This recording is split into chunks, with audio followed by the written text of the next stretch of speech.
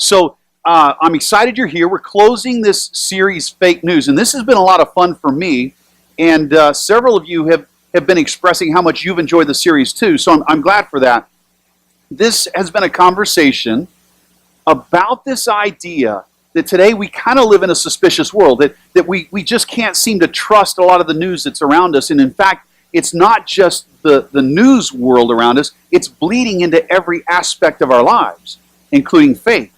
And so the last few weeks we started initially with a conversation just about the God that you shouldn't believe in, right? I went through several different kind of pictures of God, and some of these were things that you might have been taught wrong.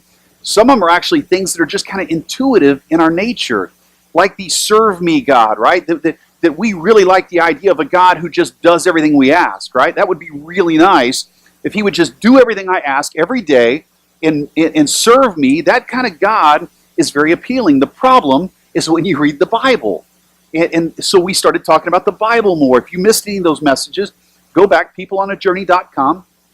Go to our podcast site. We now have a YouTube site as well. We're going to start putting, I know that we're really up to speed. We put everything on Vimeo earlier, but YouTube is just the most searchable database on the internet now. So we're putting everything over on YouTube so you can find it easier. But those messages are there. The next week, we talked about the God that Jesus reveals. And we started getting into kind of what the difference is in all of that. And then the third week, last week, we talked about God's absence or seeming absence when there's injustice in the world. And if you have any kind of interest in those, go back and listen. If you've got friends and they're on this spectrum, like they're not ready to say that God is real and God is true, but they're also not ready to just declare that there is no God, go have them listen to these messages, because I think it helps a lot as we've worked through this. Those of us who would say, hey, I've been a believer in God for a long time, it still helps us to consider our faith, what we ground it in.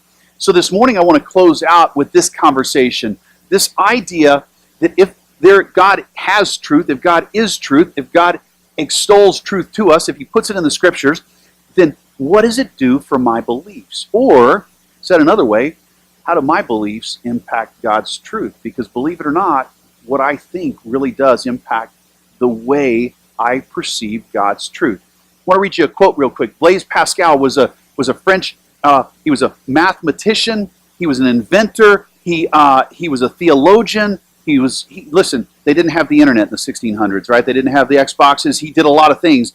But in his thinking, he made this statement one time. He said this: people almost invariably arrive at their beliefs not on the basis of proof, but on the basis of what they find attractive. That's a really deep statement. That was in the 1600s he made this statement. He said, I can look even in the world of his day, and he said, I can tell you that people come to their beliefs not necessarily because something's true, but because they're influenced by their own personal desires, their passions, the things they find attractive in life. Our beliefs, we tend to hold on to them because of the things, because that they support what we desire, right, to be true, instead of what the evidence supports is true. This is how we hold on to beliefs a lot of times. Now, that's a really uncomfortable statement, right? Let's just be brutally honest for a second. Last Christmas, right? You know this statement is true because last Christmas somebody in this room thought to themselves, that second piece of pie is not going to hurt me, right? You held on to something that's not true, but because it was so desirable, you just gravitated towards it, right? Or how about this? It's not going to hurt me if I hold on to that grudge, right? We hold on to something, it's not true, we know it's not true. Grudges don't do any good in our souls, right? We get angry, we get dissatisfied with life. But we'll hold on to it thinking I'm entitled to that, right? Or we'll think things like this: my past is going to follow me around the rest of my life. Like we can't escape things. We can't correct mistakes made in the past. We can't undo some things. We can't ever have a healthy life again if we've messed up. Or men, we tend to think, I can get away with that wrong. There's no consequences, right? We tend to think that. Ladies, we tend to think sometimes, I know that guy is really bad news, but he's so cute, right? You ever think that back in your single days? All the single people right now are really, they're not liking you. We tell ourselves some lies. Right? We believe in some things that are not true, but we hold on to it because it's attractive to us, right? Gluten-free is healthy. You know you say that, right? We buy bags of chips at my house just because they say gluten-free. Like, gluten-free, it's got to be healthy. Buy the chips, Dad. If you still don't believe me, let's make it even more uncomfortable. Think about the last argument you had with your spouse, or if you're not married, think about an argument you had with your teacher. Right? How many times do you get into a conversation and you're going to win that argument no matter what? Like whether you're right or wrong. Watch this. I want to show you a video because this illustrates it better than anything else. Yes, I stole it from the internet. Watch this real quick.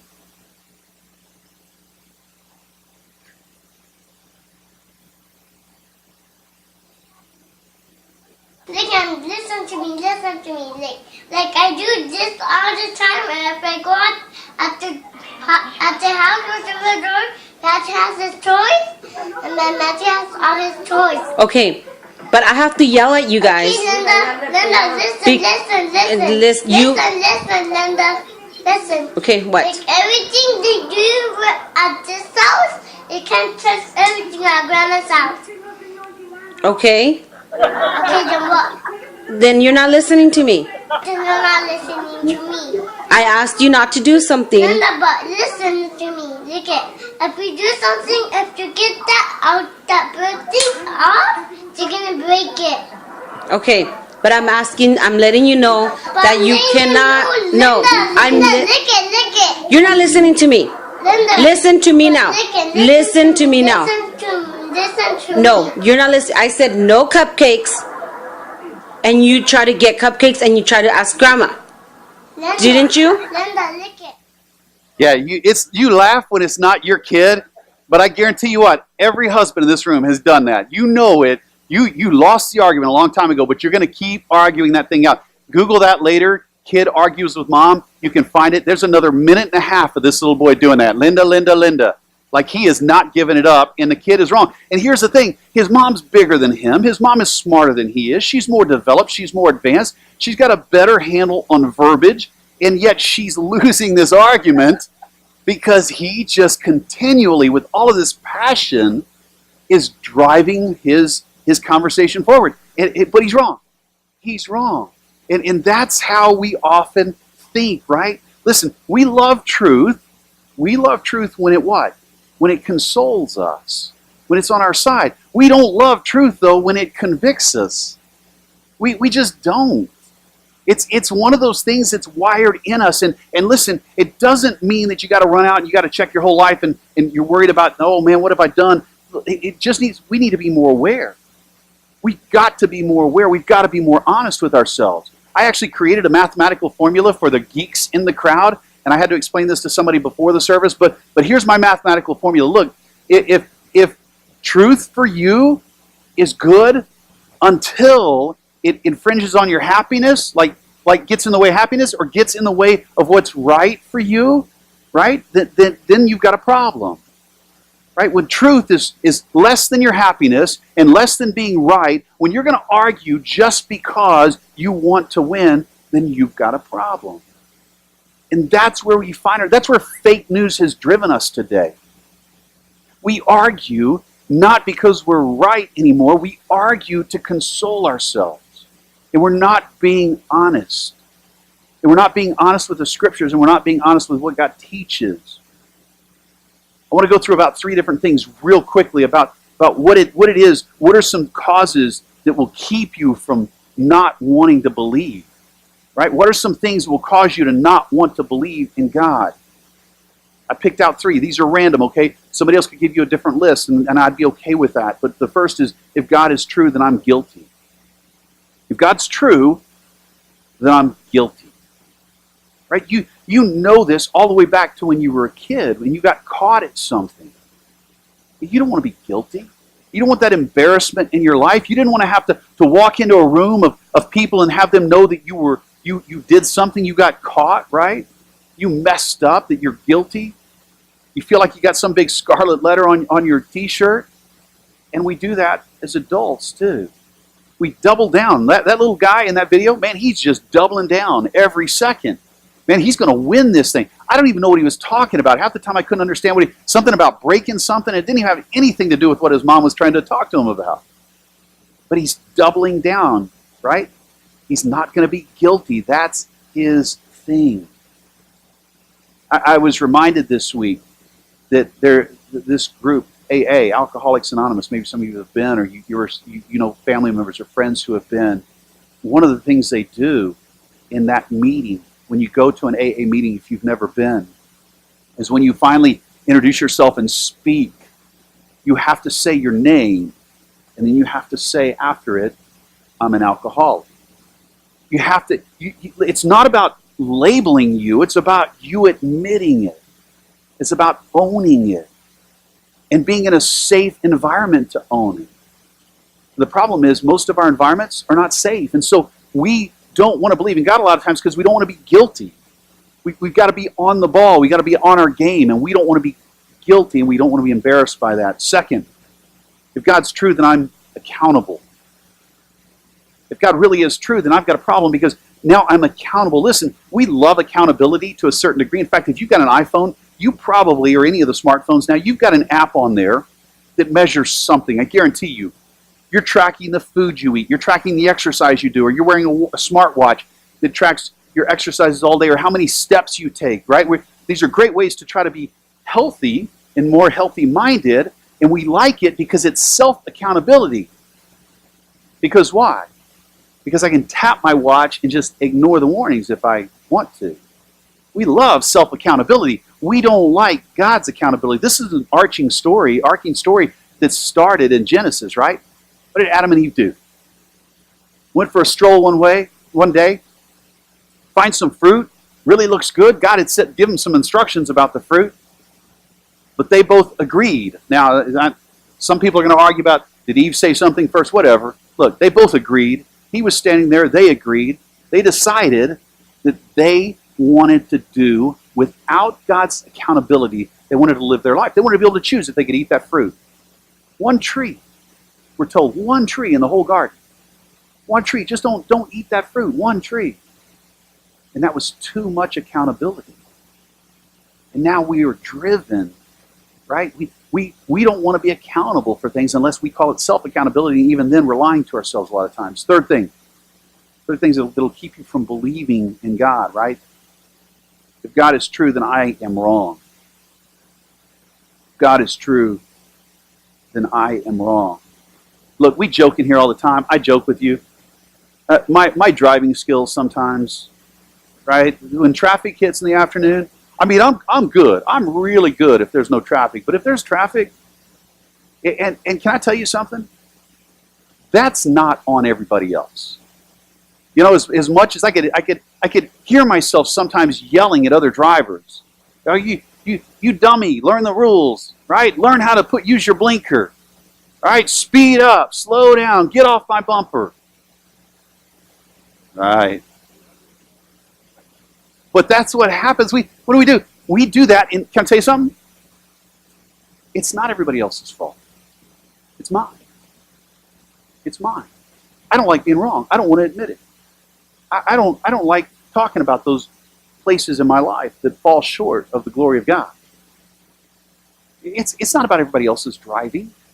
If I blame it on everybody else, you know what happens? I'm just basically saying that I have to react to the world around me. That's fake news. That's fake news. I want to show you something in just a second. I'm going to show you one very simple truth this morning. And the truth is this, that Christ has cleared the way for us to act, not react. If you spend your whole life reacting, you're going to be miserable. You're going to sit at home and you're going to watch the news and you're going to be swamped by all the bad stuff in the world. I watched the news one evening this week. Well, that's all I needed for the week. That's all I could handle. I got enough issues. There's enough things that we're working on, good things that we have to support each other and love people in our community and help and support our neighbors and things like that. I don't need things in my life that I can do nothing about. But that's what we do. So I grab a hold of times and I want everybody else to be wrong and not me. See, if I believe it that way, right? Then I don't need God. I don't need God. That's not what it's about. My ability to believe in the gospel, to walk with God on a daily basis, is really impacted by one of these three things, and probably some others if you think about it. My thinking that I'm guilty, or my wanting to reject the fact that I don't want to be accountable to God, or that I'm wrong. Right? I'm taking these hardline stances with all of these. So how am I really to believe? How do I overcome those obstacles? I think there's one easy solution. And this may be the shortest of all the messages that we've had, but I think there's one simple, easy solution, but we overlook it. I want you to turn to Romans, or grab your cell phone and open it up, your Bible app, or grab your worship flyer, whatever you've got the scriptures on. I want you to go to Romans, and I want to remind you as you're flipping there or scrolling there. Paul is the kind of guy who wrote this book of Romans. He wrote it to the Roman Christians, the Roman people, and you got to remember that Paul is a guy that hated Christians at one time. Paul's a guy that killed Christians. Paul's a guy that had a status with the Pharisees, that he was one of the top guys. He was the best of the best of the best. And to be the top of the Pharisees meant that he had memorized more verses, he understood all the arguments, he was skilled, he was schooled, he was an orator. Paul was the kind of guy who was the best of his field, and his field was all about performance. That's who he was. Look at verse 6, Romans 5, verse 6. For while we were still weak, at the right time, Christ died for the ungodly. While we were still weak, I want you, if you've got your scriptures, however you're using them, underline that word we. That's crazy that Paul would say we. Because when you say we, you're including yourself and whoever else the other people are. And Paul was not the kind of guy who would include himself. Pharisees didn't do this. They lectured the people. You guys are the bad. You guys are getting it wrong. You guys aren't like us who get it right. So Paul steps up and he says, we were still weak. When we were still weak. He puts himself in that scenario. That's a huge shift from who he was originally. You got to think about this. Because Paul is this model for us. He's showing us how he's had this change of heart, change of mind, this transformation that's come from the inside out. While I was still weak. Even though I was schooled, even though I was the best of the best, I was still weak in the eyes of God. I've mentioned this before, but if you've never heard the story of the Pharisees, even to this day, there's a prayer that a Jewish Pharisee would pray, or a Jewish man would pray, when something like this: Blessed are you, Lord, our God, ruler of the universe, who has not created me a woman. That's what they would say. And now Paul, when he's talking to these Romans, and he's talking to even women, and he's starting to put himself in this circle, you have to understand that's a shock. It's shocking to the people. It's shocking probably to Paul. Let's keep going. Verse 6, for while we were still weak, at the right time, Christ died for the ungodly. For one will scarcely die for a righteous person, though perhaps a good person, one would dare even to die. But God showed his love for us, and that while we were still sinners, Christ died for us. While we were still sinners. You realize that most of our arguments against God, they come after some kind of circumstance. Think about it.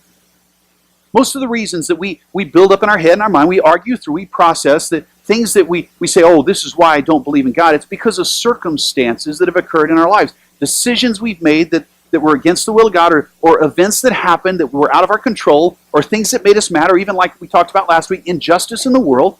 We should all hate injustice, but we tend to form an opinion about God after we've already encountered some of these things.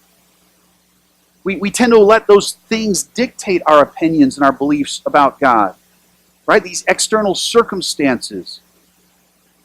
You think, well, yeah, but that's the way it should be, right? Isn't that how you reason anything in life? If something happens, then you reason why it happened, or how it happened, or what I should believe. But see, the thing is, God stepped out of heaven and did something that goes against all of that. Think about it. Before you were ever born, before you ever had questions, before you ever had doubts before you ever did anything wrong, right? Knowing that all of that would still happen in the future, God stepped out of heaven in the person of Jesus Christ and sacrificed himself for us.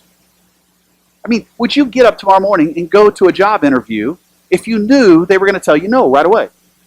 Like you knew, you had inside information. You understood that, hey, you can go, but they're not going to give it to you. And by the way, they're going to tell you no when you walk in the door. Would you even go to the interview? And yet that's what Christ did. He showed up while we were still weak, while we were still sinners, while we weren't even born. And he offered a solution. We've been told, we've been pulled into fake news because of circumstances, because of situations. We didn't stop long enough sometimes, some of us, to look at the truth, to understand who God is. God's got an answer. It's just that sometimes we don't like the answer. And sometimes the answer is wait, right? And then we really don't like that one. But Christ shows up and he offers a solution. And now all of our questions and our doubts and our wrongs, even though they're here, he still brought the solution, knowing that we might choose not to believe. Here, write this down. We love truth as long as it consoles us. We don't love truth when it convicts us. We love truth as long as it consoles us. We just don't love it when it convicts us. So we react, right? We react. We formulate these opinions against God. We formulate these arguments. And when conviction comes, there's still the pain of life, right? We console ourselves by telling ourselves different stories, different narratives. But God offered a solution. And look, he didn't offer the solution was not this. To show up and tell everybody you're wrong. To show up and tell everybody I'm judging you right now. To show up and tell everybody I told you so. That's not how God did it. He didn't show up just to prove himself right. He showed up because he loved us. Paul says, while we were still sinners, God loves us. He loves you. And some of you, I keep saying this, but you need like an MP3 of that on your phone at night playing all night long. Some of you use white noise. You need a verse that just simply says God loves you all night long, because you've been taught and believed some fake news for so long that it's hard for you to understand that God loves you. And when you don't know that he loves you, those arguments are going to come easier. They're going to come much quicker. You're going to believe the fake news because it's easier. Why? Because it consoles me. It makes me feel a little better. And then I don't feel convicted. Last statement, write this down. God demonstrated his love to, before we were even alive, to express our lack of belief. God demonstrated his love before we were even alive to express our lack of belief. He took the risk. He took the risk.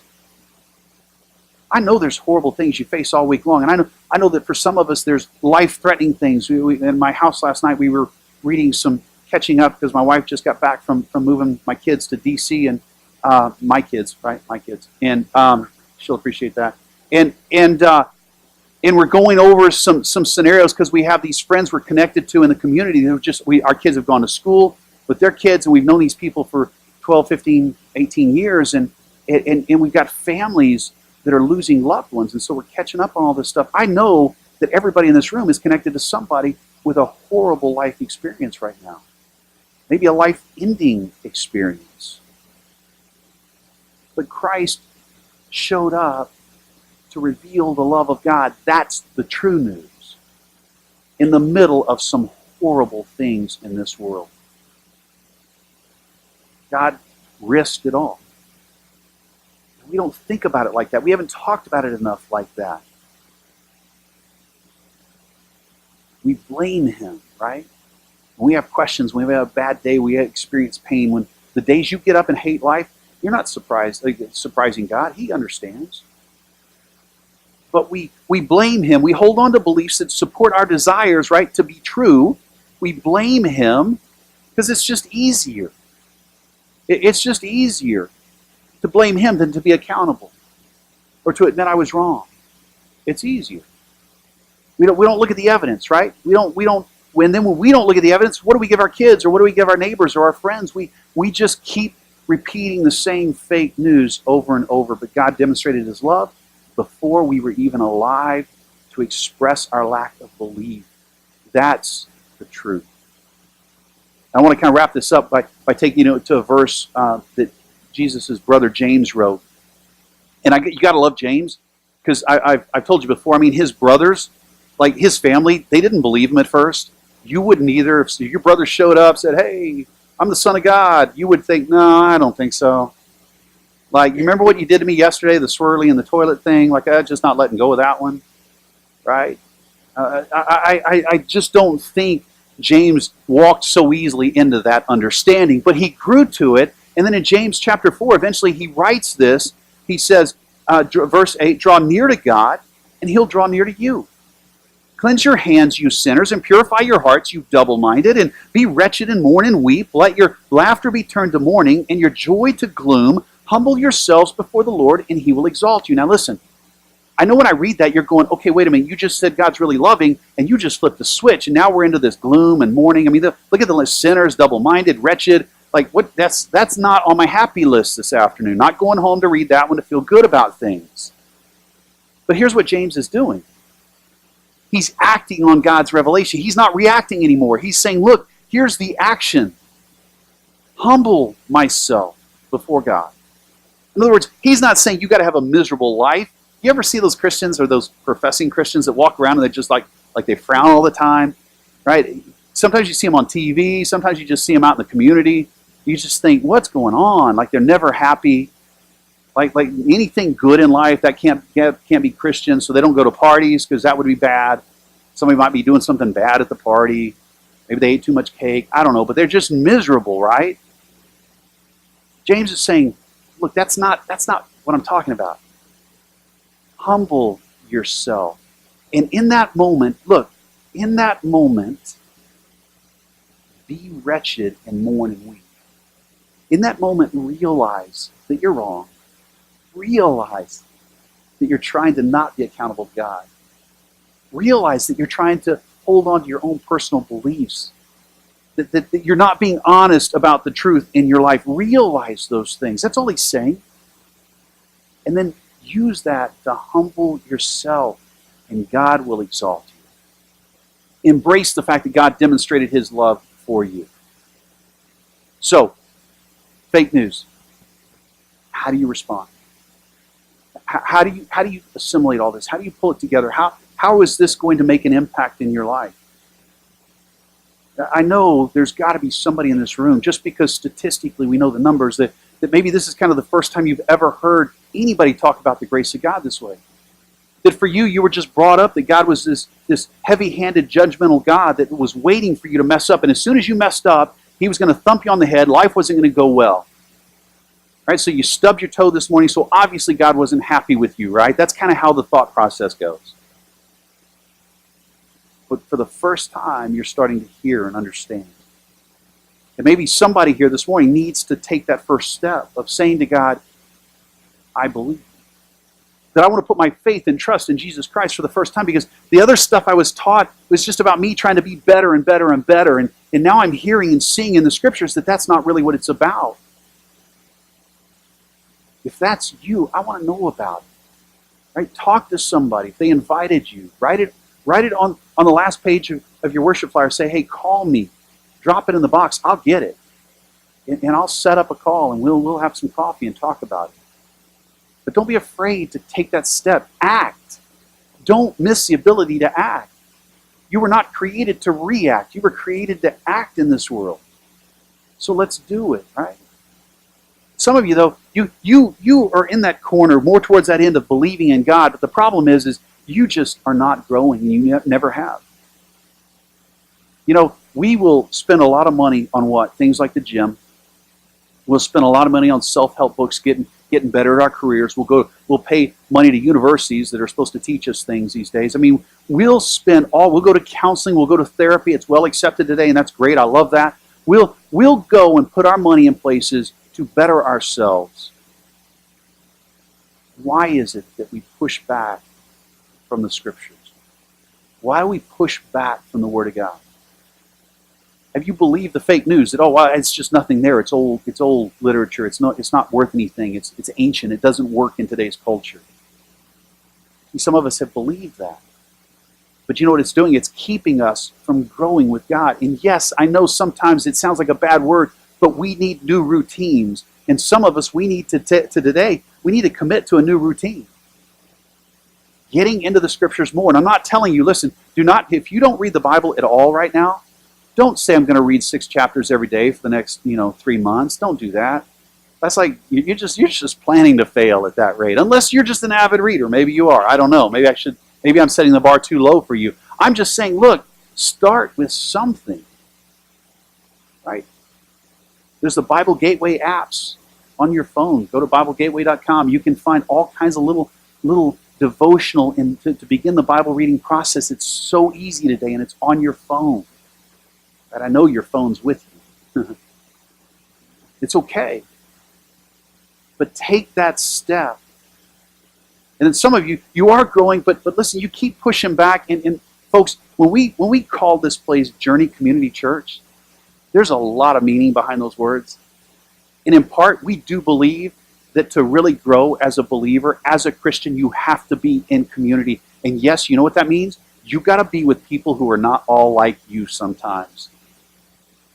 That's the only way to grow. You need other people sharpening you, challenging you. You say, yeah, but they get on my last nerve. That's okay. Get a new nerve, okay? We'll grow some more nerves with you, right? It's how we do life. We were created to be relational beings. Act, don't react. Don't wait till you got a problem. Get into community. Our community groups are actually going to stop meeting for the next couple of months over the summer, but there's still a week or 2 left. Call me up. Get on the website. Look for our community groups. Email me. We'll get you plugged in somewhere. And then even this summer, we're going to do other events to help keep community growing. Plug in. So I don't know what your next step is, but I know this. Fake news is crippling. It's crippling us as a culture. It's crippling us in ways that are affecting and impacting our whole country. And my encouragement to you is to act. Don't sit back. Don't keep reacting. Don't try to hide yourself or protect yourself. Right? Take that one next step. You say, well, look, I'm still closer over here. I'm still not completely sure that there's a God or that I believe in Him. And I would say that's okay. In fact, at Journey, that's part of who we want to be. We want you to be able to come here, and it's okay. If you tell me I'm an atheist, I'm going to say, it's okay, great, can we have coffee this week? So, yeah, but I don't want you just to convince me. I'm going to say, tell me your story. Right? We want it to be a safe place for you.